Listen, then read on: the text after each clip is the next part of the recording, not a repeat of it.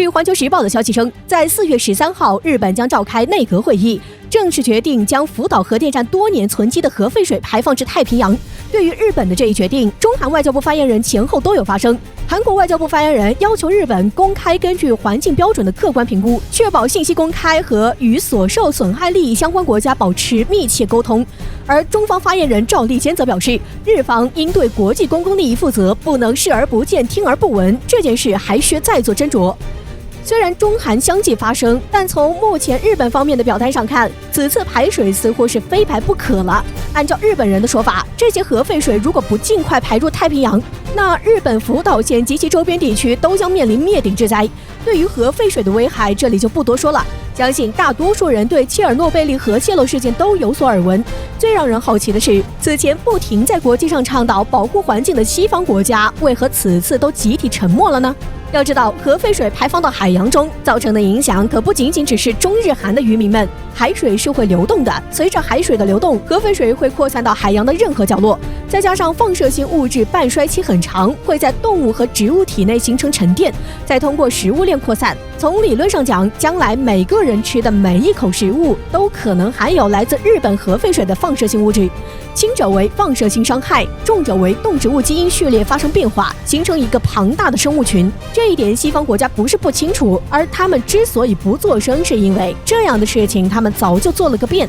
在1946年至1993年期间，美、英、法、俄等西方国家共向海洋中倾倒了20多万吨固体核废料，其中仅美国一家就倾倒了至少19万立方米的放射性物质到北大西洋和太平洋。多年来，西方多国在海洋中倾注了大量核废料，这些物质对海洋生物和人类的间接伤害是有目共睹的。但是现在要从海底捞出核废料几乎是不可能的事情，也没有任何公司愿意承担巨额成本。所以站在相同的立场上，他们当然不会谴责日本，说不定还会赞同投票，免得被人翻旧账。当下核废水就是悬在日本头上的达摩克里斯之剑，但这都是他们应该承受的代价。既然早就测算到了污水储存罐不够，那为何还不及时补救呢？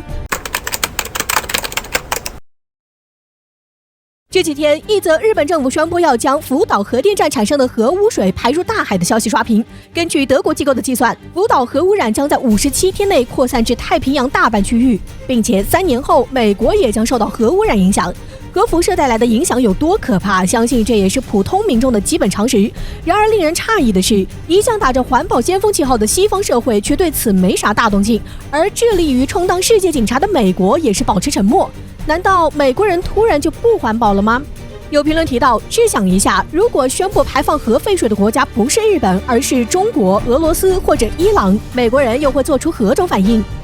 事实上，就在不久前，美国人以维护海洋生态平衡为名，宣布派军舰与海警船到国际水域，甚至是他国专属经济海域执法，抓捕参与过度捕捞的渔船。当然，美国人的抓捕是有选择性的。不久前就有新闻爆出美军舰扣押中国渔船的消息。那么问题来了，美国扯环保大旗抓中国渔民，为何却对日本排核废水无动于衷？实际上，这其中的利害关系很多人都明白。日本作为美国亚太战略的重要棋子，自然是被美国重点照顾。向海洋排放核污水这点小事儿，哪有拉拢日本针对自己对手重要？因此，美国人当然对这样的事情选择视而不见。不过，除了战略利害因素，美国不去制裁日本向海洋排核污水，还有一个很重要的原因，那就是美国人自己也正在干这件事儿。2019年的时候，联合国公开对美国发出警告，表示种种迹象表明，美国在马绍尔群岛上建设的专门处理核废料的圆顶建筑石棺，因年久失修出现破裂，石棺内的核废料可能因雨水的冲刷被排进了海洋中。但对于联合国的警告，美国始终置若罔闻。据获悉，在冷战期间，美国为了获得核争霸的优势，在太平洋海域进行了大量的核实验，光是马绍尔群岛附近就进行了多达67次核爆实验。而马绍尔群岛上的原住民成为美国核实验的受害者，大量岛民因核实验离开家园，多达1000人受到核辐射的影响至今。而美国一直试图掩盖这些事情，为了处理核爆实验产生的核废料，美国便在岛上修建了很多储存核废料的石棺。马绍尔群岛海域常年受超强风暴与热带气旋的影响，如果这些石棺不维护的话，必然会发生破裂甚至坍塌。可对美国而言，花大量的钱维护这些石棺又不能产生直接收益，到时就算核废水都流进了海洋里，也是全世界给自己买单。因此，半个世纪以来，美国对这些石棺几乎是不闻不问的。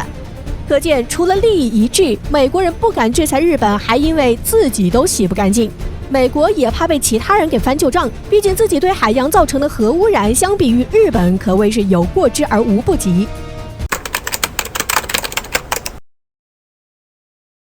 近日，俄乌双方在边境大军云集，大有擦枪走火之意。而自2014年以来，乌克兰虽然尽力恢复了自己大部分的陆军军力，但其空军可用的战机越来越少。毕竟乌克兰所使用的苏霍伊战斗机和米格战斗机基本都是由俄罗斯的供应商来供应零部件的。此刻，这些战机已经是越来越不堪使用。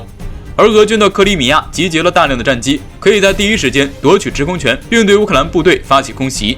为改变这一不利局面，乌克兰政府计划在2030到2035年之前退役所有可用的苏制战斗机，包括苏25、苏24、苏27和米格29。而为了取代这些战机，乌克兰政府从现在开始就需要考察和商谈引进战机。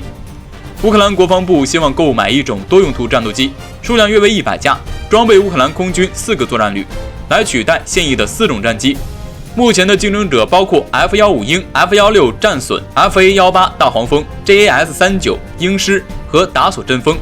而乌克兰空军司令员建议从财务角度考虑这个问题。作为一个落后的农业国，乌克兰的经济和财政收入非常微薄。2021年，乌克兰政府公布的预算中包括了42亿美元的国防支出，其中包括物资支持、军人津贴等。而如果更新战斗机机队，则将需要更多的资金，大概71亿美元。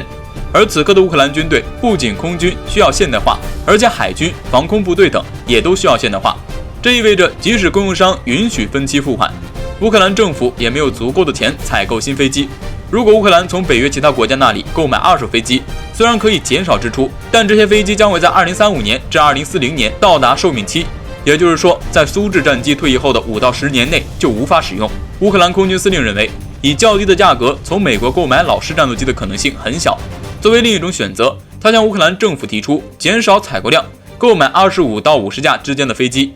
他认为这样做的决定是最现实的。他还建议乌克兰政府不要朝西方看，而是朝东方看，当然不是朝俄罗斯。乌克兰空军高层之前已经多次去巴基斯坦参观考察过中巴研制的 JF-17枭龙战斗机。乌克兰认为该战斗机完全能满足乌克兰空军的要求，而且在与印度空军的苏30 MKI 和米格21进行的空中战斗中，枭龙也证明了自己的能力。而购买3个旅约72架，这种飞机将使乌克兰预算花费不超过36亿美元。